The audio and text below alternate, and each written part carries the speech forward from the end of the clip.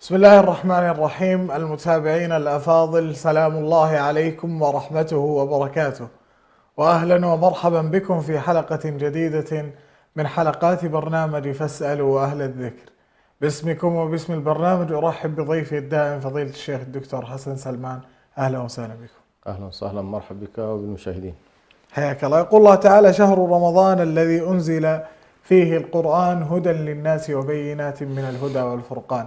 وهذا هو عنوان حلقتنا لهذا اليوم. نسعد باستقبال أسئلتكم واستفساراتكم عبر الأرقام الظاهرة أمامكم في الشاشة أو عبر صفحتنا على الفيسبوك على شبكة سلام الإعلامية. بادئ ذي بدء شيخنا الفاضل، كما ذكرنا أن عنوان الحلقة هو شهر رمضان الذي نزل فيه القرآن. لماذا خص الله هذا الشهر بالتحديد لينزل فيه القرآن؟ الحمد لله رب العالمين، والصلاة والسلام على رسول الله الأمين وعلى آله وصحبه أجمعين. أما بعد، قد لا نجد دليلا واضحا أو بينة واضحة حول لماذا تحديدا يعني خص الله سبحانه وتعالى شهر رمضان بنزول القرآن، ولكن يمكن أن نعود إلى القضايا الكلية عموما في أن الله سبحانه وتعالى يخلق ما يشاء ويختار. فمطلق الاختيار لله سبحانه وتعالى، يختار الأزمنة ويختار الأمكنة ويختار التعبدات ويختار الأوامر ويختار النواهي، ويختار في عوالم الخلق أيضا التفضيل، فيجعل هذا فاضل وذاك مفضول. وفي كل ذلك الإنسان ليس عليه إلا التسليم لله سبحانه وتعالى في ذلك، في أن الله سبحانه وتعالى هو صاحب الاختيار، كما قال: ألا له الخلق والأمر. وقال تبارك وتعالى: وربك يخلق ما يشاء ويختار. لكن أيضا نلاحظ بأن مع هذا الاختيار لكن هنالك نوع من التناسب عموما بين أن الله سبحانه وتعالى فرض في هذا الشهر الصيام وأنزل فيه القرآن. هنا تأتي عملية الربط بين الأمرين، بين القرآن الذي هو روحي وبين أيضا امتناع الإنسان عن المآكل والمشارب والشهوات، الحالة المادية، الامتناع عنها ليرتقي في الحالة الروحية. فهنا يلتقي شهر رمضان ليكون شهر الصيام روحيا، وشهر تلاوة القرآن وتنزيل القرآن أيضا وهو روح، يعني كما قال الله تبارك وتعالى: ما كنت تدري من الكتاب والعلم ولكن جعلناه روحا. فالله سبحانه وتعالى أنزل هذه الروح وخص بها النبي صلى الله عليه وسلم وخص بها عموما الرسل. فحياة الإنسان تكون بالروح، والروح لها اتصال بالجسد ولها اتصال بالقرآن. ولذلك لعل هذا أيضا من التناسب عموما في الربط ما بين القرآن، نزول القرآن الكريم، وفرض الصيام في هذا الشهر المبارك. جميل. هل تلاوة القرآن هي أحب الأعمال في هذا الشهر؟ هو على كل أحب الأعمال إلى الله سبحانه وتعالى في هذا الشهر صيام هذا الشهر، لأن صيام هذا الشهر ركن من أركان الإسلام وفرض من فرائض هذا الدين، وبالتالي أفضل ما يتقرب به إلى الله سبحانه وتعالى هو الصيام. إذن هذه المسألة الأولى. المسألة الثانية: أفضل أيضا ما يتقرب به إلى الله سبحانه وتعالى بعد الصيام، يمكن أن نقول فعلا موضوع تلاوة القرآن، لما فيها كذلك من هذا الربط الذي لاحظناه. ولذلك كما أخبر النبي صلى الله عليه وسلم: يأتي القرآن والصيام شفيعان لصاحبهما. يقول الصيام: منعته الشراب ومنعته الطعام والشراب، ويقول القرآن: منعته النوم ليلا، فيشفعان. اللهم شفعني فيه فشفعني. فتلاحظ هذا الربط بين الصيام وبين القرآن فيه على كل هذه المسألة. وبالتالي يمكن أن نقول بأن أفضل ما يتقرب إلى الله سبحانه وتعالى به في هذا الشهر بعد أداء فريضة الصيام أو بعد الالتزام بالصيام هو أن يتفرق الإنسان لكتاب الله سبحانه وتعالى ويتلوه ويتدبره. وكان نهج السلف رضوان الله عليهم عموما في شهر رمضان، حتى الذين كانوا يشتهرون بالعلم وحلقات العلم والحديث على وجه التحديد كانوا يوقفوا كل شيء في رمضان إلا أن يكون هنالك لهم على كل وقفة مع كتاب الله سبحانه وتعالى. وهنا أيضا من باب الإفادة والزيادة نلاحظ بأن بعض الناس يطرح لك جدلية التدبر والتلاوة. يعني أيهما أفضل، هل أن أتلو أفضل أم أن أتدبر أفضل؟ والناس حقيقة في هذا الإشكال، وخصوصا مع قول النبي صلى الله عليه وسلم بأن من قرأ القرآن في أقل من 3 لن يفقهه أو لن يفهمه، ولن يفهم القرآن ويفقهه من ختم أو أكمله في 3 أيام. بينما نلاحظ أن السلف رضوان الله عليهم يكاد هذا مشهور عندهم الإمام الشافعي وغيرهم من الأئمة كانوا في رمضان يختمون كل يوم، ولم يكن هنالك إشكال في ذلك. يبقى السؤال كيف أن النبي صلى الله عليه وسلم يخبرنا بأن الإنسان لن يفقه القرآن في أقل من 3، وبين هؤلاء الذين هم أكثر الناس حرصا على التزام منهج النبي صلى الله عليه وسلم وهم يفعلون ذلك. فهنا على كل الجمع بين الأمرين هو أن هنالك يمكن أن نقول ختمة التدبر لا يمكن أن تكون في أقل من 3. لمن أراد أن يتدبر القرآن الكريم لا يمكن أن يكون هنالك تدبر في أقل، لكن لا يعني ذلك أن تكون هنالك ختمة الرحمة وختمة التبشير وختمة التكثير من الحسنات، وخاصة في المواسم. فمثلا الشخص الذي يقوم بعمرة في مثل هذه المواطن هنالك عبادات تناسبه، كذلك في رمضان أنت محتاج إلى التكثير من الختمات حتى تأخذ الأجر بتاعت أجر الحرف ب10 حسنات. فهنا حتى لا يخلط الناس يمكن للإنسان أن تكون له ختمة تدبر كل 3 أيام، ويمكن أن تكون له ختمة يوميا قراءة. فبذلك يكون إن شاء الله الإنسان قد جمع ما بين الخيرين. جميل. تلاوة أو القرآن عموما تعبد القراءة، هل يجب أن يكون بالتلاوة لك أو هل ممكن أن يكون بالاستماع مثلا في صلاة التراويح وما إلى ذلك؟ وكافة ما يمكن إن شاء الله أن يتيسر للإنسان سماعا تلاوة فهي إن شاء الله يعني، أو صلاة حتى وهو يصلي مع الناس، كل ذلك بإذن الله داخل في مسألة سماع القرآن وتلاوة القرآن. والأفضل بطبيعة الحال الذي يتلو ويتدبر، هذا أفضل. لكن أيضا إذا كان بعض الناس، وكثير ربما بعض الناس لا يستطيعون أن يقرأوا، بعض الناس أعاجم لا يتيسر لهم القراءة، فهنا نلاحظ يمكن هذا هنا ما شاء الله في تركيا مثلا تجد أن هنالك في صلاة الفجر يتلون يوميا جزء من والناس تستمع. هذا من الرحمات التي تتنزل على هؤلاء وهم يستمعون كلام الله، ولهم نفس الأجر، لهم نفس الأجر، أجر السماع. الذي لا يتيسر له أن يسمع من إمام يمكن أيضا أن يسمع من اليوم ما شاء الله الوسائط يسرت لنا هذا الموضوع. فالإنسان الذي يسمع القرآن الكريم أيضا له نفس الأجر، يعني له أجر الحرف ب10 حسنات. لا أقول ألف لام ميم حرف، ولكن ألف حرف ولام حرف وميم حرف. فألف لام ميم تلاحظ فيها 30 حسنة، وهذا من فضل الله سبحانه وتعالى. جميل. غير تلاوة القرآن، ما هي الأعمال الصالحة التي يجب أن يراعيها الإنسان في شهر رمضان؟ هو على كل شهر رمضان من الأشهر التي يعني على الإنسان أن يحرص فيها أن يأتي بأكثر ما يمكن أن يتيسر له. يعني أنت أمام حالات صوم، أمام القيام الذي سنه النبي صلى الله عليه وسلم. فإذا قلنا بأن الإنسان أفضل ما يأتي به من الأعمال هو صيام نهار رمضان، فإن أفضل ما يأتي به الإنسان قيام شهر رمضان، لأن النبي صلى الله عليه وسلم قال من صام رمضان إيمانا واحتسابا، وقال أيضا من قام رمضان إيمانا واحتسابا. فأنت الصيام نهارا والقيام ليلا. أيضا من حرص أن يكون مثلا ممن يعني يبحث عن الفرص المواتية له في أن يقوم العشر الأواخر حتى يستطيع أن ينال ليلة القدر، هذه أيضا من الأشياء التي على الإنسان أن يحرص عليها. كذلك تلاوة كتاب الله سبحانه وتعالى من الأشياء التي يجب الإنسان أن يحرص عليها. كذلك الصدقات وإفطار الصائمين على الإنسان يحرص عليها. وقد كان النبي صلى الله عليه وسلم كان رسول الله صلى الله عليه وسلم أجود الناس، وكان أجود ما يكون في رمضان حين يأتيه جبريل يدارسه القرآن. فهنا نلاحظ بأن الإنسان كلما اكتسب من نفحات القرآن ازداد جوده وازداد عطاؤه. لماذا؟ لأن القرآن يعلمك العطاء، يعلمك أن تكون جوادا. فالجود أيضا في هذا الشهر، وهنا نتكلم عن الجود سواء في إفطار الصائمين أو تفطير الصائمين، أو في الصدقات التي يمكن الإنسان إن شاء الله أن يجعلها في هذا الشهر، سواء كان زكوات هذا الإنسان التي يمكن أن يخرجها كل عام في رمضان، أو الصدقات العادية التي يمكن أيضا أن يقوم بها الإنسان، وهذا أيضا من فضل الله سبحانه وتعالى. أيضا من أفضل ما يتقرب به إلى الله سبحانه وتعالى في مثل هذا الشهر العفو والصفح عمن أساء إليك. هذه أيضا قربات ربما يغفل عنها كثير من الناس. فإن من أفضل الأعمال أن يكون الإنسان يعيش سليم الصدر تجاه المؤمنين والمسلمين، وأن لا يحمل لهم غلا ولا حسدا ولا ضغينة ولا غير ذلك. فهذه أيضا من الأعمال اللي يمكن الإنسان يتقرب بها في هذا الشهر المبارك.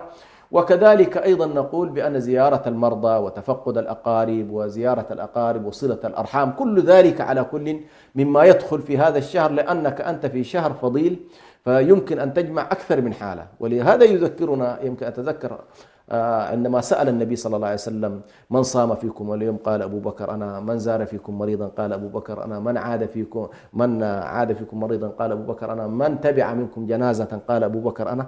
فقال النبي: ما اجتمعنا في شخص إلا دخل الجنة. فالحرص على التنوع في مثل هذه العبادات أحيانا يستبسطها الناس، لكن هي من الأشياء المهمة جدا أن تنوع في هذا الشهر.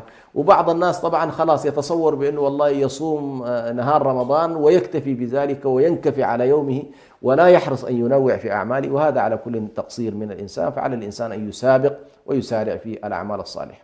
جميل. طيب دعنا ننتقل إلى الأحكام الفقهية المتعلقة بشهر رمضان.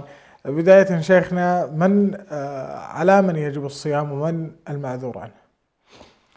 الصيام أولا يجب على المسلم المكلف المقيم الخالي من الموانع. يمكن التعريف العام. عندما نقول المسلم المكلف، خرج بقولنا المسلم خرج الكافر، فالصيام لا يجب عليه.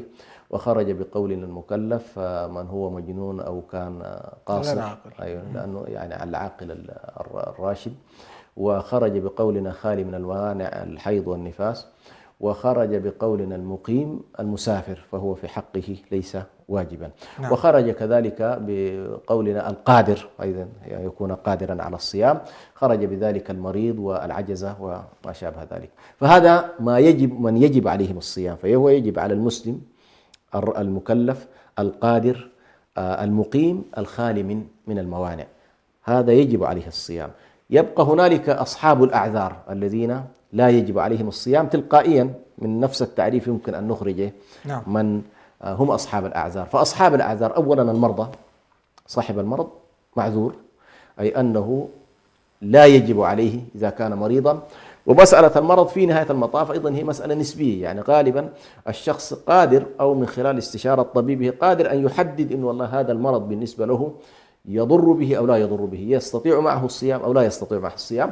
والمرض طبعا نوعين، عندنا مرض مستمر مع الإنسان، هذا الذي يسمى المرض المستديم أو المرض المزمن.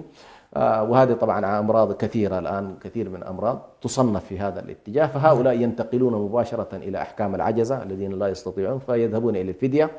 وأما من كان مرضه مرض يمكن أن يتعافى ما بعد رمضان أو يتماثل للشفاء، فهذا ينتقل إلى القضاء. والجانب الأول أصحاب الأعذار هم المرضى. الثاني هو المسافر، أن يكون سفرا مباحا وليس سفر معصية، وألا يكون سفرا يتحايل فيه الإنسان لأن يخرج من شهر رمضان.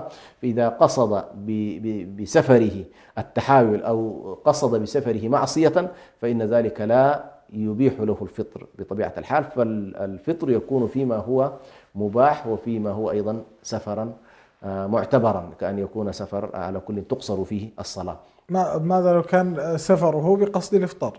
لا، إذا بقصد هذا التحايل على الشارع فإن ذلك وقع على كل في المحظور، وقع في المحرم، وعليه التوبة، لأن هذا لا يتناسب عموما مع ظاهرة التدين. ظاهرة التدين أن الإنسان يخلص لله سبحانه وتعالى في شعائره، وأن يطلب مراد الله عز وجل، ولا يكون طريقته هي التحايل والخروج. فأنت لا تتعامل مع البشر، يعني يمكن للبشر وأنت معهم حتى تأكل وتشرب، ما تحتاج أن تسافر أصلا. نعم.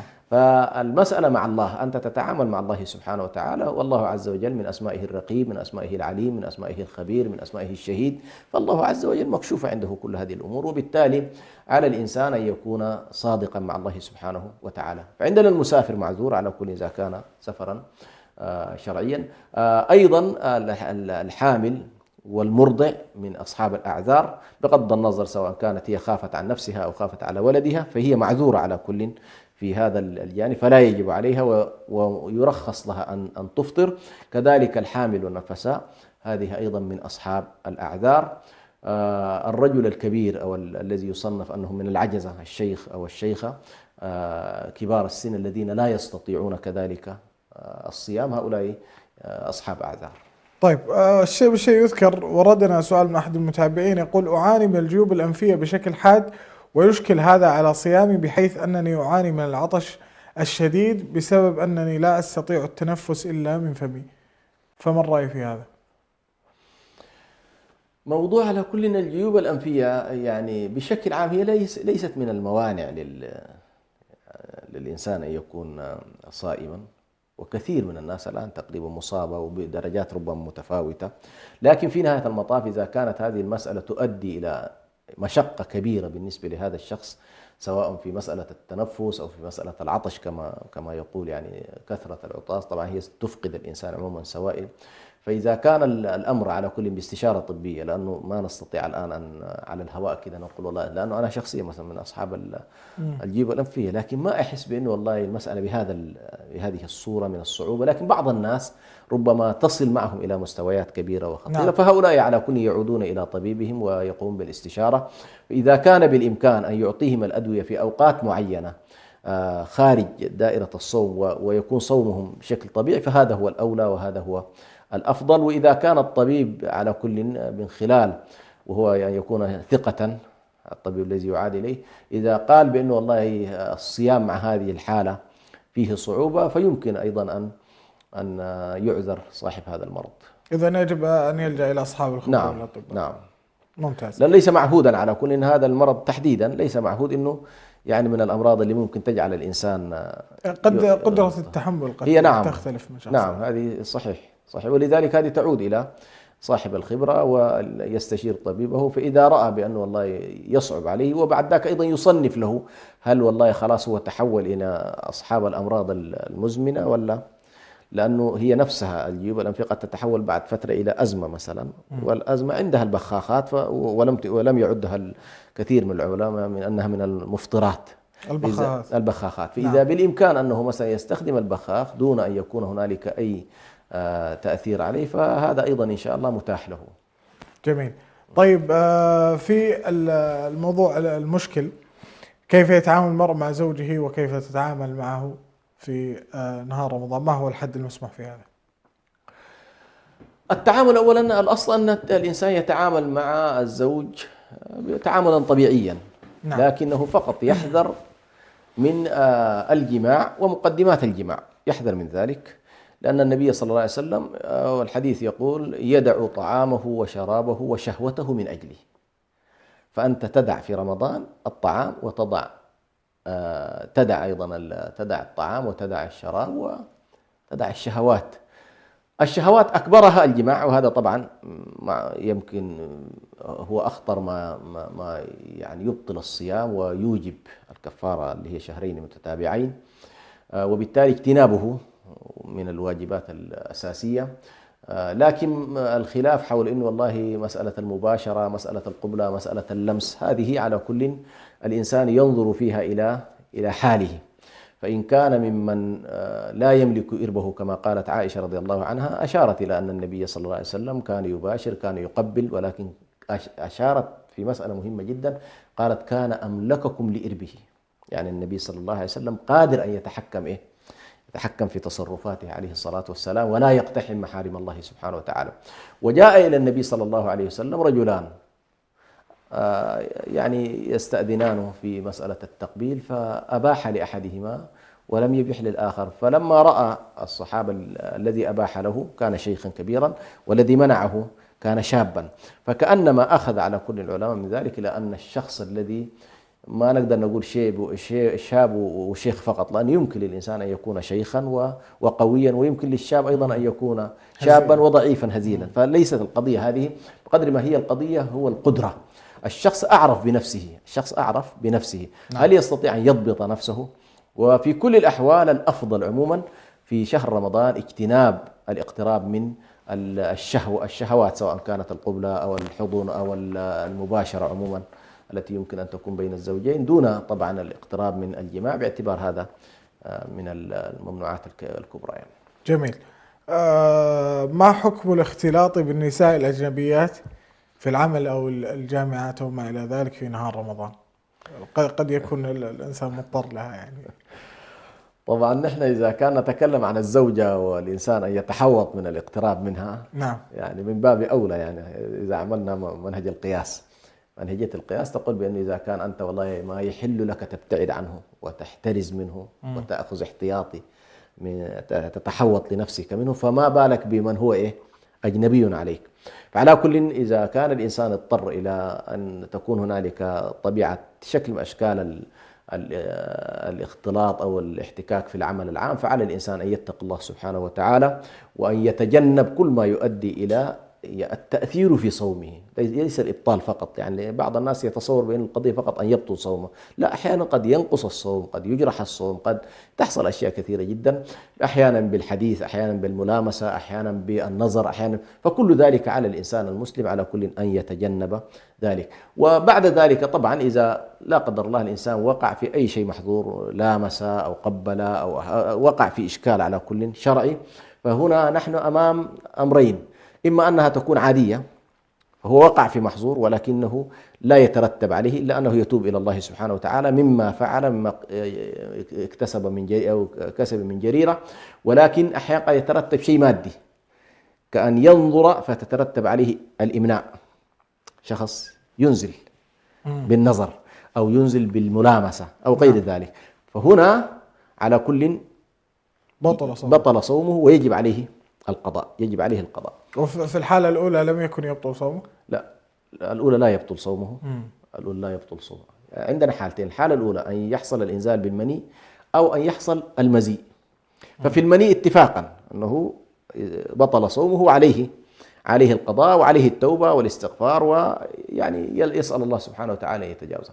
بالنسبة للمزي على كل فيه خلاف، والصحيح أنه لا يبطل الصيام، ولكن على الإنسان أيضا أن يحذر من ذلك، لأنه في نهاية المطاف محل خلاف، يعني من العلماء ومن المذاهب من أبطل الصوم أيضا بالمزي، خاصة الذي يصدر نتيجة تصرف إرادي.